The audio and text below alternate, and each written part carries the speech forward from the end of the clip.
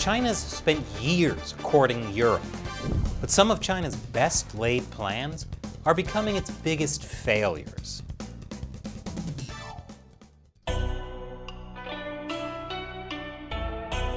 Welcome to China Uncensored. I'm Chris Chappell.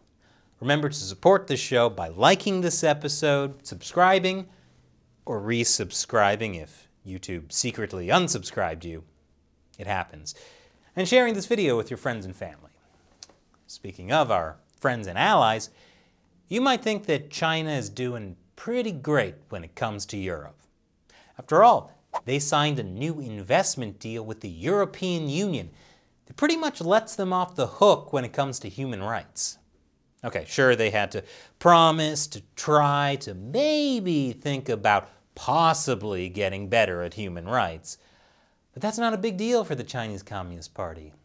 They're good at promising things. But their promises of win-win mutual cooperation across all of Europe have hit a big snag. And it's kind of their own fault. Last week, the Chinese Communist Party held a virtual summit for the leaders of the 17+1 group of nations. And many of those leaders just didn't bother showing up. What is the 17+1? Well, the 17 is a group of 17 Central and Eastern European countries, and the +1 is China. The Chinese Communist Party established the 17+1 back in 2012. It's a group that the party has essentially tried to use to divide and conquer Europe by using infrastructure investment, trade deals, and other economic incentives to influence these countries. 12 of these 17 countries are part of the European Union, which the Chinese Communist Party was definitely looking to get on its side. We actually talked about this 17+1 group in this episode from 3 years ago. Back then it was only 16+1. But then Greece was invited to join. After all, Greece proved it was a true friend of China after blocking an EU statement condemning China's terrible human rights, which is exactly the kind of influence that China was hoping these countries would have on the EU. But 3 years after our last episode on the 17+1, the relationship has soured a little bit between the 17 and the 1. That's one reason why some of the leaders of those countries skipped a virtual summit that China held last week. In fact, half of the 12 EU national leaders invited to the club failed to show up to pay homage to Chinese President Xi Jinping. Sure, everyone hates Zoom meetings, but these European leaders didn't skip the meeting just because they didn't want to put on pants. The 6 countries sent a lower-level representative instead of their top leaders.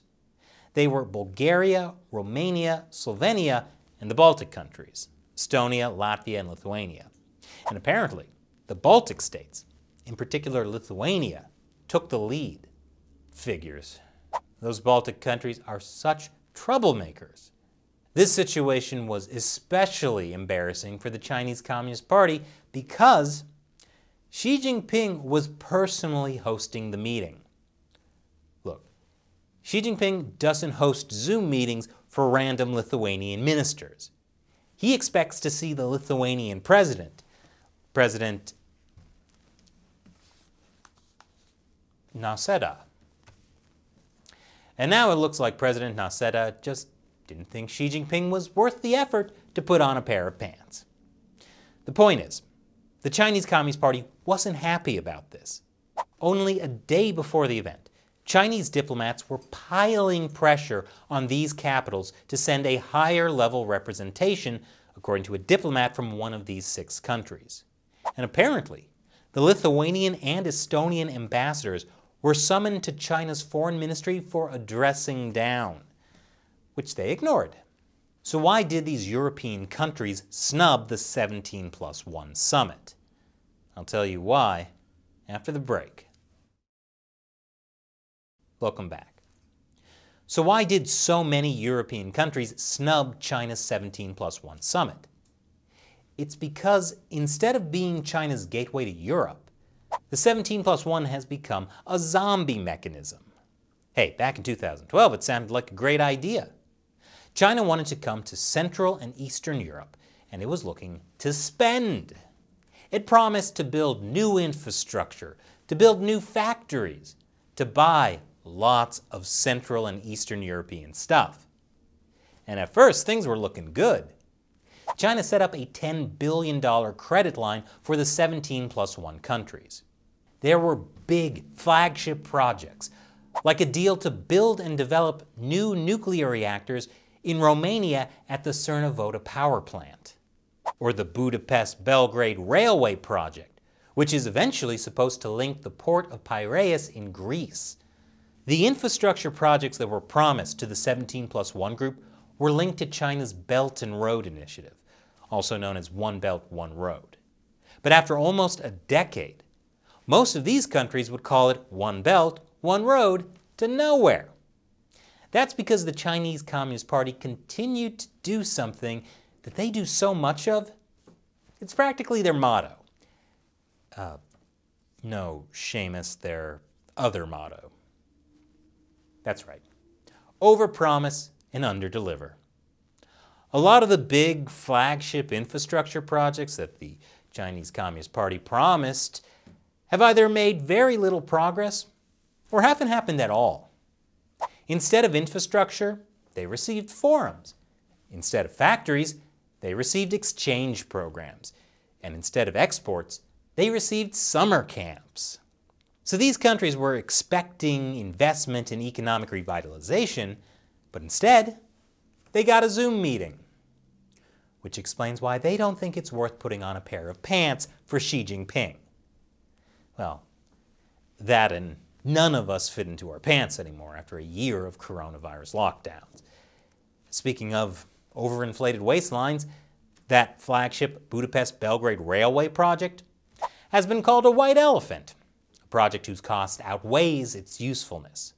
That's after Hungary signed a $1.9 billion loan with China to complete the project last spring, and then classified all the details about the project for 10 years. That's after the project was relaunched and pushed through with extra government aid, despite mounting criticism. And fun fact, the railway is designed to ship Chinese goods from Greece to Western Europe, but key sections in the Balkans are missing. I'm sure they'll get around to building those later. What about the Romanian power plant deal? Well, funny story. Romania decided to get the US to build those plants instead of China. Back in 2015, the Romanian government signed a preliminary agreement with state-run China General Nuclear Power Corporation, known as CGN, to build the nuclear reactors. Then, in 2019, the US government blacklisted CGN and other Chinese nuclear firms for using US technology to help China's military. This happened right around the same time as Romania's president was visiting the US. And in a joint statement, both countries pledged to work closely together to support Romania's civil nuclear energy goals. Then in late 2019, a new Romanian government was elected that was a little less friendly to China. And the new prime minister announced that he was canceling the deal with CGN to build the nuclear reactors, which eventually led to US companies taking over the project. In fact, the Romanian government is now considering banning Chinese companies from bidding on infrastructure projects at all. That's something that's happening in the Czech Republic as well. But the Romania story shows another big piece of why the Chinese Communist Party's 17+1 project is stalling. And that is successful diplomacy from the United States under the Trump administration.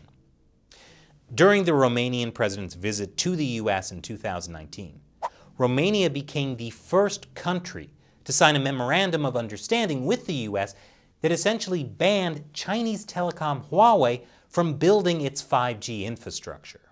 And that led to a ton of other Central and Eastern European countries either doing the same or joining the Trump administration's Clean Network Initiative, which is also targeted at keeping Huawei from building 5G infrastructure around the world.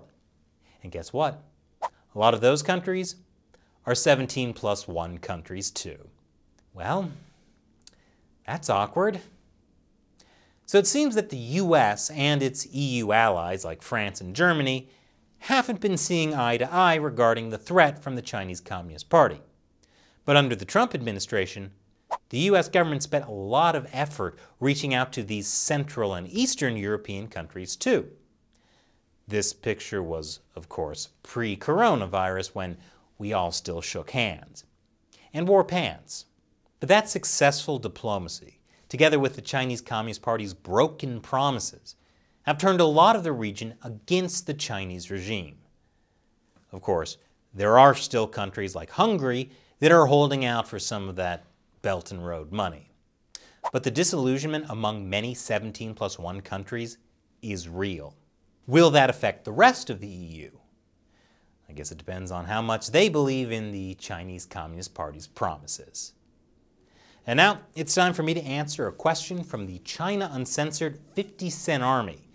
Those are viewers of the show who support China Uncensored on the crowdfunding website Patreon.